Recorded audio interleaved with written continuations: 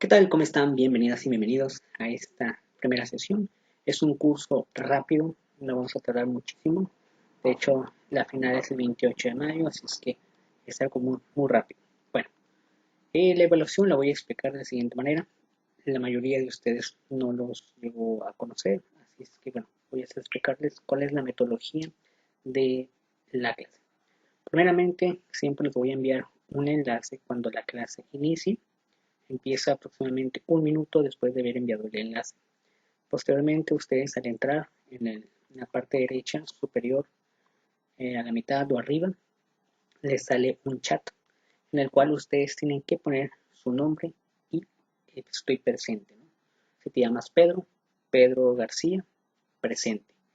María García, presente. Y así sucesivamente tienen que poner esto con la finalidad de saber que son de este grupo. Si ustedes ponen su nombre y su presente, obviamente sé que son de la institución. En dado caso que alguien no ponga su nombre, no ponga presente ni nada, significa que no eres de la clase o eres una persona que llegó por medio del enlace pero no es de la clase. Así es que bueno, todos ustedes están poniendo en algunos casos, ponen su nombre y presente. Posteriormente, esto siempre tiene que ser en todas las sesiones. También todas las actividades siempre se hacen en Classroom. Al finalizar esta sesión van a ir apareciendo lo que tienen que hacer y recomiendo hacerlo durante ese horario. Si por alguna razón tardan en terminar el producto, la actividad, no hay ningún inconveniente. Pueden entregarlo un poco más tarde sin ningún problema. Recuerden que la explicación va a ser por medio de esta clase y las preguntas pueden ser por el grupo de WhatsApp que ya existe o si no existirá por medio de Classroom durante el horario que corresponde. Después del horario ya no contesto preguntas ni nada por el estilo hasta el día que corresponda. Vamos a explicar lo que es la evaluación y detallando cada uno de los elementos. Primeramente, pues es historia de México y esta es la forma de evaluación. Va a haber una exposición virtual 40%. En esta materia ustedes tienen que exponer. Ya en su momento les voy a decir algunos ejemplos de cómo hacer su exposición. Tareas y ejercicios vale el 20%, portafolio vale 30% y participación 10%. Exposición virtual. Las exposiciones se realizarán a través de una explicación por medio de video. Es decir, ustedes se tienen que grabar, ya cada quien sabrá si se graba su trabajo, ya sea en cartulinas, ya sea hacer presentaciones en PowerPoint, una presentación en PDF. Hay muchas maneras de exponer. Ya en su momento les voy a explicar y les voy a dar algunos ejemplos. El escrito de la exposición se anexa al portafolio. Tú vas a exponer un tema en particular y en su momento vamos a ver qué temas. Cada quien expone su tema, es individual y posteriormente ese tema, lo que ustedes hayan investigado, lo agregan al portafolio también. El video puede enviarse por medio de un enlace. Enlace significa la barra de dirección. Todo el enlace lo envíen para yo poder ver el video. Puede ser una opción o la otra por alguna otra plataforma. Facebook, WhatsApp, etc. Eso sería la exposición virtual. Ahorita no hay tema de exposición. Eso se lo voy a decir la próxima semana, ya con su nombre y qué tema van a exponer. Si alguien no expone o no entrega su exposición, pues tiene 40% menos. Ejercicio, reporte de clases. Son actividades que se realizarán durante el horario de clases. Se entrega por medio de la plataforma actual, documento Word o fotos si lo hizo en el cuaderno. Y si envía dentro del horario, valen por el porcentaje de ejercicios. ¿Qué significa esto? Pues son las actividades que tienen que hacer durante la clase. Lo recomendable es que lo hagan en Word porque pues todo es digital. Si alguien de ustedes en este momento me está viendo por celular y no computadora, posiblemente se le dificulte a lo mejor busca una aplicación que tenga Word o simplemente tu celular no soporta esa aplicación de Word, pueden hacer la actividad en el cuaderno. Lo hacen en el cuaderno, en un cuaderno normal, ya que termina, sacan fotografía y lo anexan. En vez de hacer todo el ejercicio en forma digital, como en Word, pues lo mandan en foto. También es válido, no hay ningún inconveniente. Los ejercicios son las actividades que tendrían que hacer. Portafolio, recopilación de todas las actividades de su, esto no es de ustedes, esto de la empresa, omítanlo. Esto no es de ustedes. Entonces es recopilación de todas las actividades en un solo archivo, incluyendo portada y el desarrollo de todos los temas por medio de la plataforma. Todas las actividades que se estén dejando, al final lo van a recopilar solo en un archivo, más las exposiciones de cada quien individual. Y participación, toda participación que hagan en el foro de la plataforma a la pregunta de la clase virtual. Esto significa que siempre ustedes tienen que participar en Classroom. Siempre va a haber una pregunta que dice que vino en la clase pasada o la clase del video. Voy a poner aquí un ejemplo para que vean cómo sería. Entonces, esta pregunta siempre va a ser al finalizar, en cuanto termine la sesión, ustedes van y dicen, vimos esto, vimos el otro, etc. En realidad son 6 participaciones porque son 6 clases. Si alguien no pone la participación en 6 clases, pues la participación pues va bajando y pues ya vale menos su participación. Entonces ahorita vamos a ver un ejemplo de cómo vamos a poner esta pregunta. Y entonces, en conclusión, exposición virtual 40%, tarea y ejercicios 20%, portafolio 30% y participación 10%. Ya ustedes sabrán qué quieren hacer, ¿no? Habrá uno que no haga la exposición, entonces lo más que se puede sacar es 7. Claro, si hace estos 3. Si alguno dice, no, pues yo participar no se me da, pero si soy muy bueno para exponer y muy bueno para traer tareas, puedes sacar 6. O eres muy bueno para portafolio, recopilas todo y haces una buena exposición, puedes sacar hasta 7. O a lo mejor haces exposición y haces tareas y ejercicios y haces portafolio, pues ya sacas 9. Entonces cada quien sabrá cómo lo realiza, ¿no? Ya en su momento explicaré cuándo se va a entregar esto, que es el día 28 de todas formas, pero explico una semana antes cómo se hace una exposición. Bueno, vamos a ver, por ejemplo, cómo es la participación. Vamos, ustedes entran aquí en Classroom. Ustedes van a entrar en Classroom. Yo les voy a proporcionar, por ejemplo, aquí en Administración de Recursos Humanos. Aquí hemos tenido clases.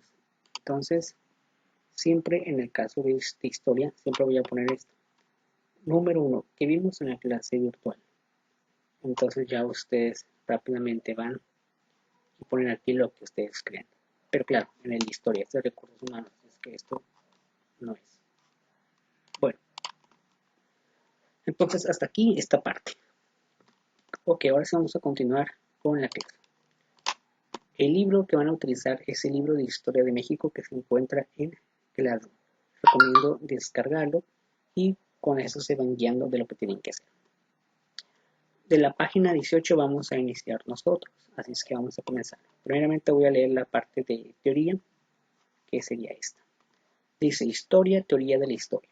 La historia la hacemos todos los días.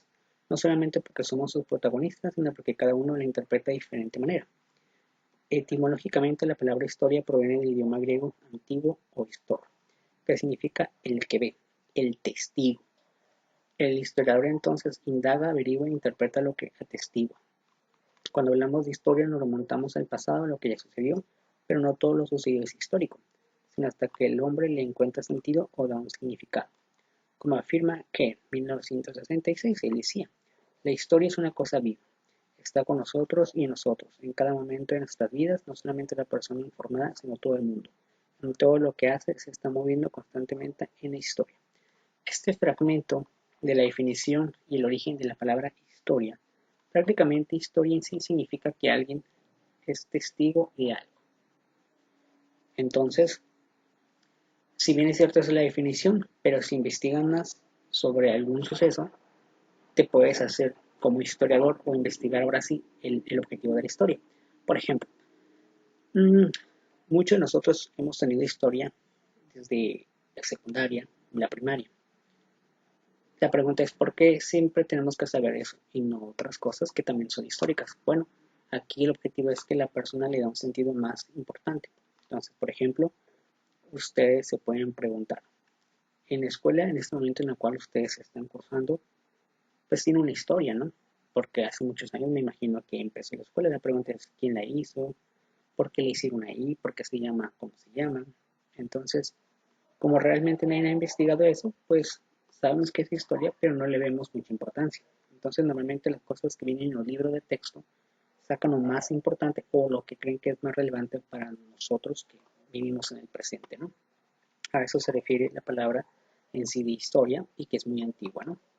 Después cuando seguimos leyendo, dice, conocer e interpretar los acontecimientos pasados nos ayuda a comprender muchas de las situaciones que vivimos actualmente y a decidir cómo actuar en el futuro. Es así como la teoría de la historia nos ayuda a explicar por qué vivimos nuestro presente. Muchas cosas han pasado a la historia. Por ejemplo, muchos de ustedes a lo mejor recuerdan cuando las Torres Gemelas las destruyeron. Las personas que llegaron a vivir ese día, en ese momento, y ahorita están vivas y la recuerdan y dicen, oh, me acuerdo cuando pasó esto, ¿no? Aquellos que no estuvimos o no vimos las noticias en ese momento, solamente pensamos, oh, sí pasó eso. Otro ejemplo, muchos de ustedes conocen la Primera Guerra Mundial, la Segunda Guerra Mundial, entonces, me incluyo yo puedo decir, no creo que haya pasado eso, pero ustedes saben que existen documentales, existen los países, existen todavía algunos otros sobrevivientes de esa Segunda Guerra Mundial, ya muy grandes de edad, y ellos sí relatan, ah, sí pasó esto, pasó el otro, entonces eso ya es historia. Sin embargo, la historia sirve para conocimiento de nosotros que vivimos en el presente y que no estuvimos en ese lugar. Obviamente, como va pasando el tiempo, pues hay más formas de decir, esto es historia y esto es verdad. Tal vez hace 200 años no hay un video, no es como que, ah, está el video y vemos el ejemplo, ¿no? Posiblemente hay fotografías, libros, escritos, dibujos, pero no hay videos. Sin embargo, hoy hacemos algo y en 5 años lo vemos y decimos, ah, me acuerdo cuando hicimos eso, porque hay una evidencia. A eso se refiere. Luego dice, a lo largo del tiempo, las formas de escribir la historia y las razones para ello también han sido diversas. Encontramos sus antecedentes en las narraciones de las guerras médicas y las del Peloponeso de Heródoto y Tucídides. Ellos establecieron la noción lineal del tiempo para describir y explicar el desarrollo de los acontecimientos de una comunidad. Y de acuerdo a Vergara, se conoce como teoría de la historia a la forma en cómo procede la investigación en la ciencia de la historia. En ella se busca reflexionar sobre la forma en que la ciencia de la historia produce y verifica sus conocimientos. Tiene que ver la manera en que se da el conocimiento, por lo que implica una reflexión. La teoría de la historia trata de responder una serie de preguntas, tales como qué sucedió, cómo y por qué, ¿no? Estas preguntas normalmente pasan, o puedes tú preguntar si algo quieres saber de antes, ¿no? Anteriormente, esta reflexión se quedaba en el plano teórico, ahora se busca que tenga una aplicación en el ámbito social, a lo que se le conoce como sentido socioepistemológico. Al abordar la historia se realiza una reflexión que va unida a la práctica, por ejemplo, se puede identificar el efecto que tiene la historia y las decisiones que se toman en base a los conocimientos sobre el proceso. Y en este cuadro nos resume prácticamente lo que leímos. Está la teoría de la historia, está la teoría, está la práctica. Dentro de la teoría pues está la reflexión sobre los hechos, es decir, tú pones a pensar de que, oh, sí sucedió, o bueno, no sabía que sucedía, ¿no? Y formas de investigar lo que realmente pasó. Y la práctica, pues la aplicación social. Y aquí nos menciona aquí un sabías qué, ¿no? Para que nosotros sepamos qué. Por ejemplo, dice, los griegos fueron el primer pueblo del mundo occidental en estudiar la historia con cierto método. Heródoto es considerado el padre de la historia, aunque también existieron otros pensadores y filósofos griegos como Heráclito, Aristóteles, Polibio y Tucídides. Bueno, se dice que los griegos desde hace muchos años atrás pues también se preguntaban por la historia de antes, ¿no? Entonces cada generación dice, oh, eso es historia. Ok, ¿qué tienen que hacer ustedes? Les voy a explicar lo que tienen que hacer. En la página 20, lo que tienen que hacer es esto, actividad de aprendizaje 1. Lo voy a poner aquí para ir enumerando lo que tienen que hacer. Actividades de aprendizaje. Aprendizaje 1. Lee el siguiente texto. Entonces ustedes tienen que leer todo esto, ¿no? Lo van leyendo, lo van leyendo, lo van leyendo, lo van leyendo, ven las fotografías, lo leen y lo siguen leyendo. Y llegan a esta parte donde dice, con relación a la teoría de la historia a partir de la lectura, sobre la noticia del puerto del que partió Colón, al descubierto responde las siguientes preguntas en tu cuaderno. Y a esas preguntas nos van a responder en base a la lectura. Posteriormente, eso no lo pueden hacer ustedes. Entonces nomás contestan estas 4 preguntas. Entonces leer y contestar estas preguntas. Actividad de aprendizaje 1 y está entre la página 21 y 22.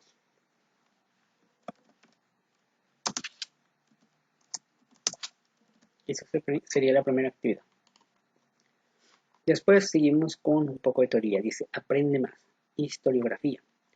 La historiografía es el registro y sistematización de lo acontecido en las sociedades. Este registro nos permite reconstruir los acontecimientos en el pasado, nos permite conocer a partir de las concepciones teóricas los historiadores han realizado sus investigaciones. La misma historiografía ha variado en el transcurso del tiempo. Es posible distinguir diferentes etapas de acuerdo con las inclinaciones metodológicas y la construcción de sujeto, estudios, personajes, ciudades, organización social, pensamientos, construcciones, entre otras.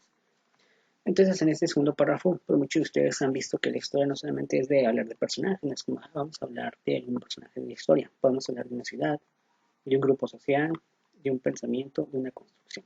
Ejemplo de personaje, bueno, en cuestión de historia, a lo mejor Miguel Hidalgo, no todos conocen, creo yo, a Miguel Hidalgo. Ese sería un personaje en base a la historia de México, pero igual puede ser otro personaje que a lo mejor no necesariamente tenga que ver con la historia. Por ejemplo, John Lennon o los Beatles. Entonces muchos de ustedes que ya están jóvenes dicen, bueno, yo he escuchado que hablan mucho de los Beatles, pero ¿quiénes son? Entonces son personajes, ¿no? Pueden investigarlo y ya van a saber que son músicos, en fin, muchas cosas. Ciudades. Muchos de ustedes, por ejemplo, pueden decir, bueno, donde yo vivo, pues ya tengo más o menos 15 años viviendo y pues me acuerdo que antes no existía esa casa o que no existía ese mercado o arreglaron esto. Entonces también puedes tú investigar historia de ciudades o incluso de países. Organización social, bueno, ha cambiado mucho. Antes a lo mejor había formas de celebrar a los niños. Antes un brincolín no era, vaya, en las fiestas un brincolín era necesario. Hoy en día un brincolín es bueno. Entonces esa es historia. Pensamientos, es decir, personas que pensaban sobre algo, también cambian, ¿no? Construcciones, cuántas veces han visto carreteras diferentes, negocios diferentes, los arreglaron diferente. Todo eso se puede estudiar con historia. Luego dice, la historiografía también busca explicar cómo nos enseña la historia de la humanidad. Es la disciplina que permite confrontar las interpretaciones personales de los historiadores y clasifica la información y analiza acontecimientos históricos y explica cómo influye el entorno en la comprensión de determinados fenómenos. Y bueno, y hablando un poco de México, dice una de las primeras obras escritas que tenemos que conocer en la etapa de la conquista de México es la historia verdadera de la conquista de la Nueva España, cuando antes se llamaba Nueva España nuestro país, escrita por Bernal Díaz del Castillo en el siglo XVI. Se trata de una crónica que narra la forma en que este conquistador vio la realidad que estaba viviendo. Esto es un ejemplo de historiografía. Okay, muy bien. ¿Qué tienen que hacer? Bueno, siguiente actividad. Es actividades. Pero realmente es una actividad. Actividad de aprendizaje. De aprendizaje 2. Y bueno, más o menos están en la página 23 y 24. 23 y 24. ¿Qué tienen que hacer? Está muy sencillo. Simplemente es leer el siguiente fragmento de historia verdadera de la conquista de la Nueva España de Bernal Díaz del Castillo. Leer todo esto tranquilamente ya en su casa. Y después dice, en relación a la lectura sobre el fragmento anterior, responde a las siguientes preguntas y responder estas 3 preguntas del autor. Y es todo lo que tienen que hacer. Después, aquí nos habla un poquito como una información adicional. Dice, Bernal Díaz del Castillo llegó con Hernán Cortés a América. Su historia verdadera de la conquista de la Nueva España. La comenzó a escribir con más de 80 años. Esta crónica tiene un gran valor, ya que a través de ella podemos conocer múltiples acontecimientos que ocurrieron durante la conquista de México. En ella se describen personajes españoles e indígenas, así como el ambiente que rodeaba cada una de las acciones emprendidas, desde los primeros contactos con los nativos hasta las grandes expediciones por Centroamérica, pasando por las batallas en Tabasco, México, Tenochtitlan y el viaje de Cortés a las Yugueras. Bueno, eso es nada más como conocimiento. Seguimos, dice el quehacer del historiador. ¿Te has preguntado cómo escoge un tema el historiador? Es decir, la persona que le gusta investigar sobre historia, o sea, ¿por qué escoger la historia de esto o del otro? Entonces vamos a ver cómo hacerlo. Dice, hay quienes afirman que es una decisión meramente personal, otros mencionan que el contexto influye de forma determinante en los temas que se estudian. Así, por ejemplo, en el bicentenario de la independencia de México, muchos historiadores se dedicaron a revisar las diversas interpretaciones que realizaron en este acontecimiento. Es tarea del historiador seleccionar el hecho o problema que desea estudiar, ubicarlo en un contexto, en un espacio, seleccionar las distintas variables que intervienen en su desarrollo, además realiza una delimitación justificando el tiempo en que se ubica su objeto de investigación, un día, un periodo de varios años o siglos, ya que es necesario tener presente que todos los hechos se registraron en tiempo y en un espacio. Así, después de elegir el tema, será necesario definir el tiempo histórico. El proceso para el esclarecimiento del tema lo lleva a una revisión de libros o documentos, después de un periodo que dura cuanto lo requiere el asunto, y la consulta de fuente y reflexión sobre la misma le permite planear su propia explicación. Entonces, pues el objetivo es, obviamente, investigar un tema. Entonces alguien piensa, no, pues yo quiero investigar el tema de Miguel Hidalgo. Entonces se va a investigar todo lo relacionado con Miguel Hidalgo. Cuándo nació, si estudió, trabajó, qué hizo, qué tiene que ver con la independencia, en fin, ponen a investigar cada personaje. Aquí hay algunas definiciones, simplemente es conocimiento que dice, los hechos, bueno, ¿qué es un tiempo histórico? Los hechos históricos nunca suceden en el vacío, siempre están en situaciones en un tiempo, cuándo y en un espacio, dónde. A estas coordenadas podremos añadir una tercera, los protagonistas o sujetos del hecho. Teocracia, que significa gobierno que se basa en la creencia de que el dios de la religión también rige los aspectos de la vida política. Y posteriormente, ¿qué tienen que hacer? Entonces sería actividad de aprendizaje 3. Las páginas más o menos son 25. Página 25. ¿Qué tienen que hacer? Bueno, leer el siguiente texto del historiador Lorenzo de Zavala sobre Miguel Hidalgo. Leer todo esto y ir contestando el cuestionario, que está realmente muy cortito, ¿no? Bueno, son 5 preguntas, no es mucho. Ok, vamos a ir a este punto. Ahora vamos con el ¿sabías que? Simplemente es conocimiento. Lorenzo de Zavala nació en Yucatán en 1788, fue autodidacta, fundador de los primeros periódicos en Yucatán e incursionó en la política. Uno de sus propósitos al escribir consistía en realizar un análisis de la herencia hispana y el papel de los caudillos en la independencia de México. Bueno, pues en este caso, digo, yo creo que nadie conocíamos a Lorenzo de Zavala, mucho menos, pues nació en 1788, así es que muchos de nosotros ni siquiera estábamos. Pero alguien de ustedes podría decir, bueno, aquí no dice quién es, pero no dice más. Entonces un historiador puede llegar y decir, vamos a investigar a Lorenzo de Zavala, ¿no? Como ejemplo. Siguiente tema, dice polisemia de la historia. Bueno, vamos a ver qué es eso. Dice, la palabra polisemia proviene de las raíces griegas poli, que significa muchos, sema, que se puede traducir como señal o significado. Quiere decir que algunas ideas o conceptos tienen la cualidad de contar con varias interpretaciones. Seguramente cuando escuchas hablar acerca del surgimiento de tu comunidad, a las personas mayores descubres que hay diferentes versiones. Pues bien, a esto se refiere la polisemia de la historia. En pocas palabras, la polisemia es un chisme que cada quien ve de acuerdo a lo que vivió. Entonces aquí menciono un ejemplo, ¿no? Muchos de ustedes viven en su colonia, entonces en la colonia hay algunos que tienen más tiempo que otros. Entonces si tú eres muy nuevo en la colonia y preguntas, no, pues ¿cuánto tiempo tiene la colonia? Habrá una persona que te diga, no, pues yo estoy desde que empezaron las casas. Habrá otra persona que la verdad no estoy desde que están las casas, pero bueno, hace años estaba así, no existía esto, existía lo otro. Y habrá otro que te diga, no, no es cierto, no, yo viví desde antes y no, esto era diferente.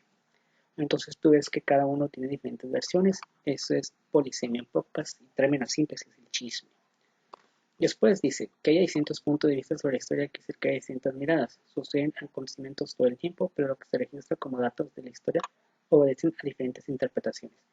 Aquí podríamos entrar un poquito cuando ves una noticia, ¿no? Que alguien dice, no, en las noticias están diciendo esto. Y luego otra persona dice, no, no es cierto, están diciendo esto.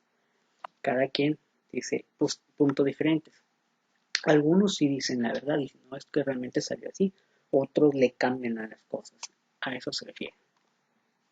Y luego se cae este de reconstruir los acontecimientos de su particular punto de vista. Luego entonces la historia tiene un carácter polisémico, es decir, no tan real, porque cada quien lo va a interpretar a su gusto.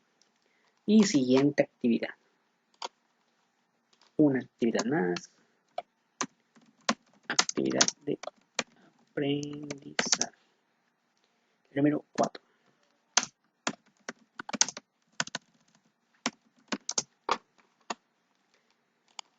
Página 27. Página 27 ahorita. Probablemente está corta, pero vamos a ver.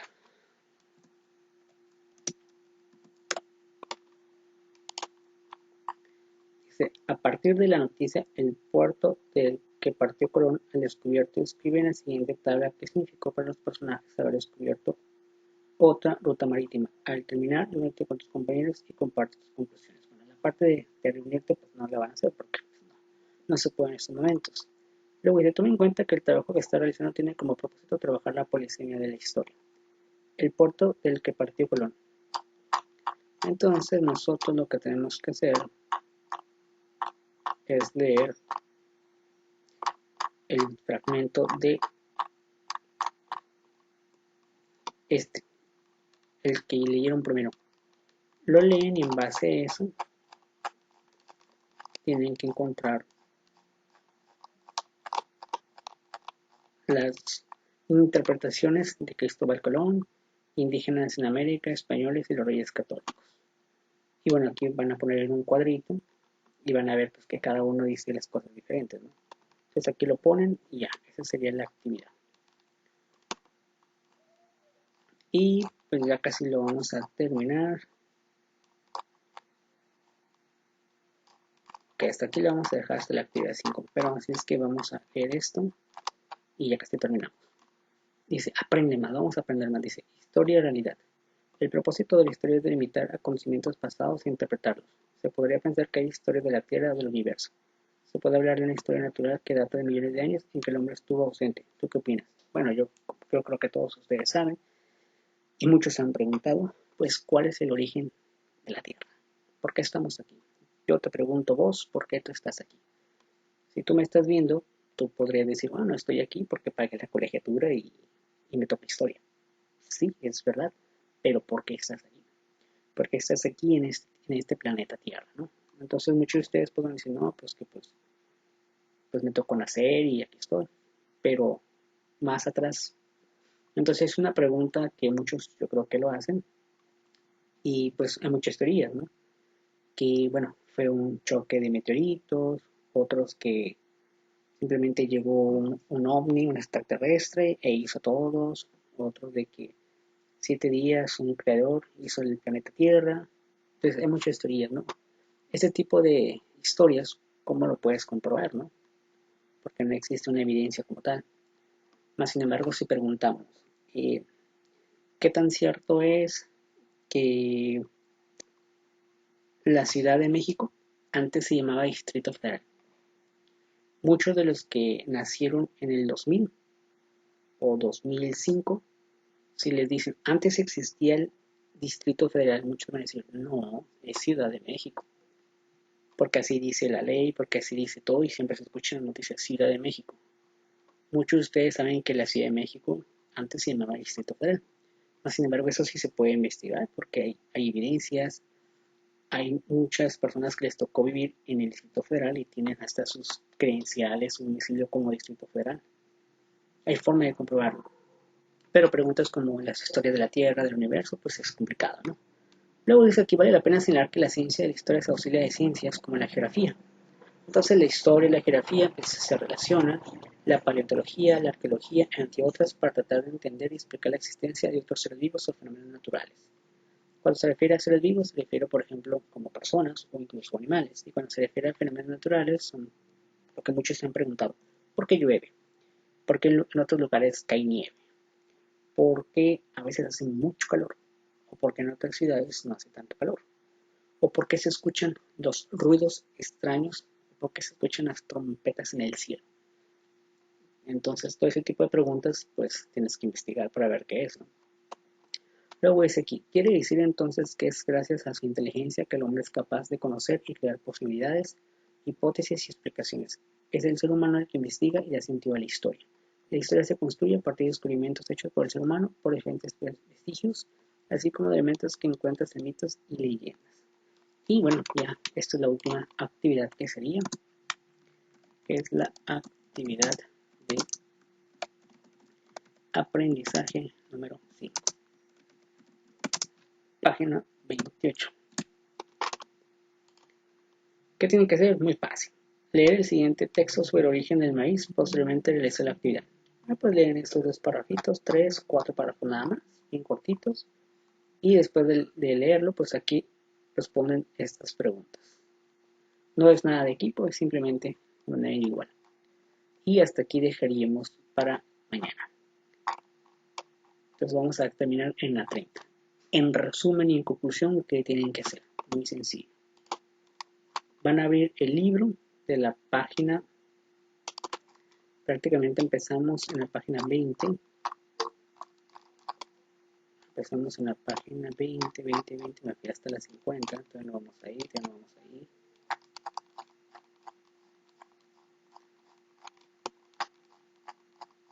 Vamos a la página 20. 18, empezamos a leer de la 18.